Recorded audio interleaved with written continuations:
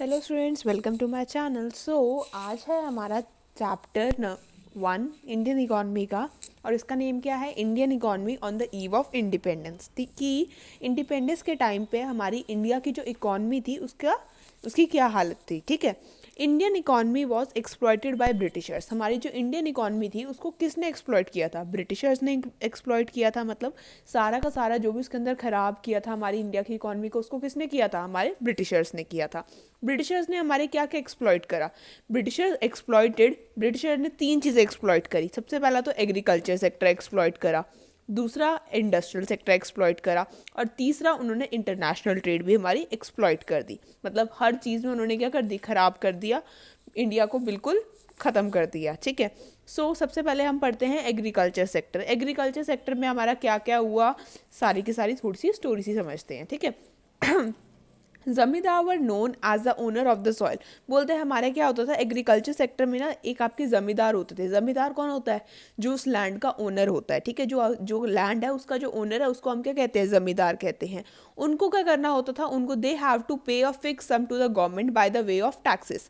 उन जो आपके जमींदार होते थे उन्होंने गवर्नमेंट को कुछ फिक्स पेमेंट करनी होती थी। लगा लो 1,000 रुपये उन्होंने गवर्नमेंट को पे करना एज अ टैक्स, और वो फ्री होते थे कि वो टिलर से जितना मर्जी काम करा सकते हैं। टिलर कौन होते हैं? आपके फार्मर्स को हम टिलर कहते हैं। ठीक है, जो जमींदार होते थे उनको क्या करना होता था? गवर्नमेंट को एक फिक्स सम पे करना पड़ता था, और वो जो फार्मर थे उनसे वो जितना मर्जी काम करा सकते थे। ठीक है, जो आपके फार्मर होते थे उनको सिर्फ कुछ मिनिमम पैसा मिलता था, जिससे उनका सिर्फ सर्वाइवल ही होता था। ठीक है, बहुत कम पैसा देते थे जमींदार आपके फार्मर्स को। और जो आपके जमींदार होते थे उनका लाइफस्टाइल क्या होता था? बहुत ज़्यादा लग्जरी होता था, क्योंकि वो सारा का सारा पैसा क्या कर रहे थे? खुद ही यूज़ कर रहे थे। और जो फार्मर्स थे उनको बिल्कुल कम पैसा देते थे, जिससे उनकी 2 वक्त की रोटी का गुजारा भी नहीं हो रहा था। ठीक है, तो ये थी हमारी एग्रीकल्चर सेक्टर की हालत जो ब्रिटिशर्स ने आपकी कर दी थी। ठीक है, नेक्स्ट आता है आपका इंडस्ट्रियल सेक्टर। इंडस्ट्रियल सेक्टर में आपका क्या था? India was well known for its handicraft before British rule. Britishers से पहले क्या था? जब ब्रिटिशर्स नहीं आए थे तो इंडिया में हैंडीक्राफ्ट की बहुत ज़्यादा डिमांड थी। जो बहुत अच्छी अच्छी पेंटिंग्स होगी, राजा महाराजाओं के जो महल होते थे उसमें हैंडीक्राफ्ट बहुत ज़्यादा होता था। ठीक है, लेकिन ब्रिटिशर्स ने क्या करा? उसको पूरा का पूरा डिस्ट्रॉय कर दिया। कैसे डिस्ट्रॉय किया या कैसे एक्सप्लॉइट किया? एक्सप्लॉइट और डिस्ट्रॉय एक ही चीज़ होती है। ठीक है, उन्होंने कैसे एक्सप्लॉइट किया?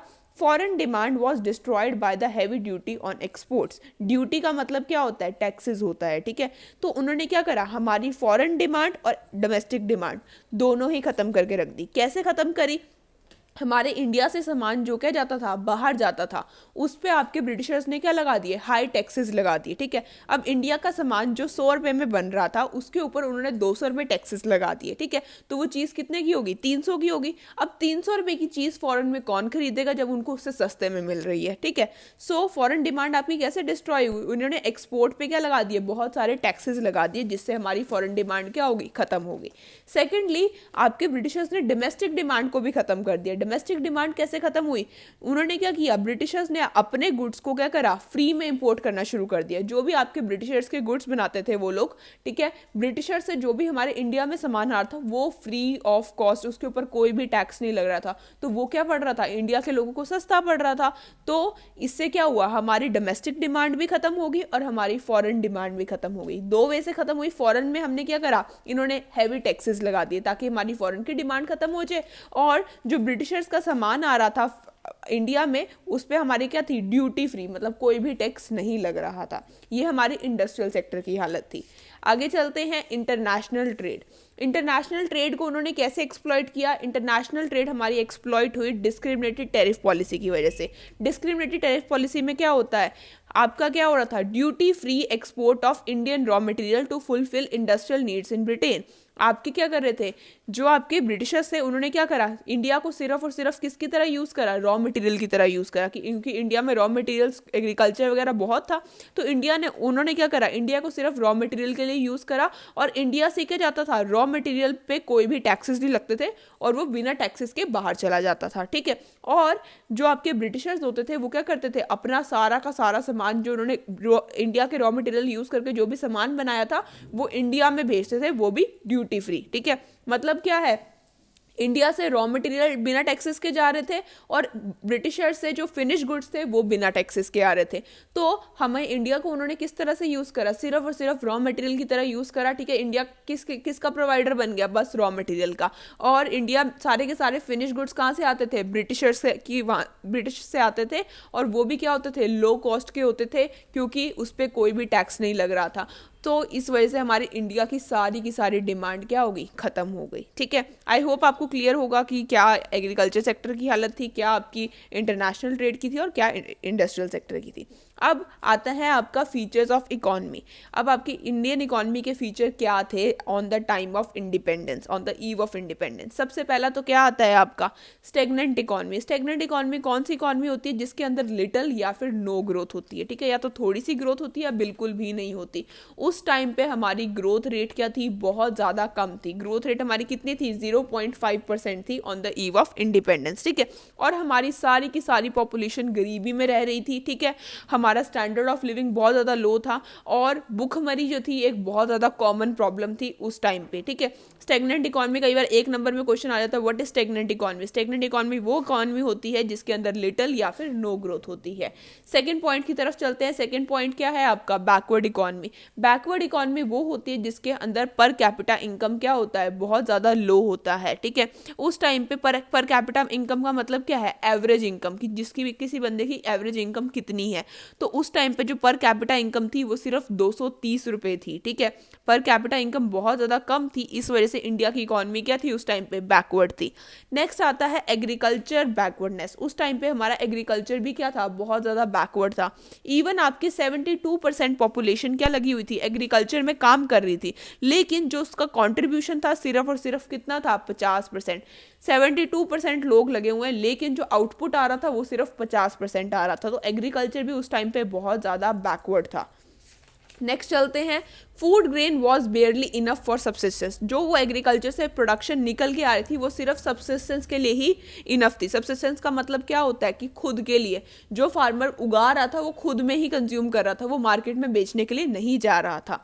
नेक्स्ट आता है इंडस्ट्रियल बैकवर्डनेस। उस टाइम पे आपकी इंडस्ट्रीज क्या थी, बहुत ज़्यादा बैकवर्ड थी। उस टाइम कोई भी आपकी बेसिक या फिर कोई भी हैवी इंडस्ट्री नहीं थी। इंडिया में कोई भी मशीन्स नहीं थी। अगर इंडिया को कोई मशीन चाहिए होती थी तो उसको वो कहाँ से इंपोर्ट करानी पड़ती थी, बाहर से इंपोर्ट करानी पड़ती थी। तो उस टाइम पे इंडस्ट्रीज भी क्या थी हमारी, बहुत ज़्यादा बैकवर्ड थी। नेक्स्ट आता है रैम्पेंट पॉवर्टी। पॉवर्टी का मतलब क्या होता है, जब हम पुअर होते हैं। बोलते हैं उस टाइम की जो पॉपुलेशन थी वो क्या थी, बहुत ज़्यादा पुअर थी, बहुत ज़्यादा गरीब थी। लोगों को 2 वक्त की रोटी भी नहीं मिलती थी, ना ही उनके पास कोई शेल्टर था, ना ही कपड़े थे, और ना ही उनको 2 वक्त की रोटी मिलती थी, 2 स्क्वेयर्स मील अ डे, ठीक है। उनको कोई भी रोटी नहीं मिलती थी। नेक्स्ट चलते हैं पुअर इंफ्रास्ट्रक्चर। वो इंफ्रास्ट्रक्चर क्या होता है आपका, कम्युनिकेशन हो गया, ट्रांसपोर्ट हो गया, पावर हो गया, ये सब चीज़ें भी उस टाइम पे बहुत ज़्यादा पुअर थी। कोई रोड्स नहीं थी, कुछ डेवलपमेंट नहीं था, ठीक है। ना ही आपका कोई कॉलिंग का कोई सिस्टम था, ना ही कोई ट्रांसपोर्ट का, ना ही कोई बिजली का सिस्टम था। नेक्स्ट आता है हैवी डिपेंडेंस ऑन इम्पोर्ट्स। बोलते हैं आपको एक कंट्री को क्या करना पड़ता था, इम्पोर्ट के ऊपर डिपेंड करना पड़ता था। इम्पोर्ट का मतलब क्या होता है, जब हम बाहर से सामान मंगाते हैं अपनी कंट्री के अंदर, तो अगर हमें कोई मशीनरी या फिर कोई भी इक्विपमेंट चाहिए होता था तो हमें किसके ऊपर डिपेंड होना पड़ता था, कि हमें बाहर से इंपोर्ट कराना पड़ेगा, क्योंकि हम खुद तो प्रोड्यूस कर ही नहीं पा रहे थे।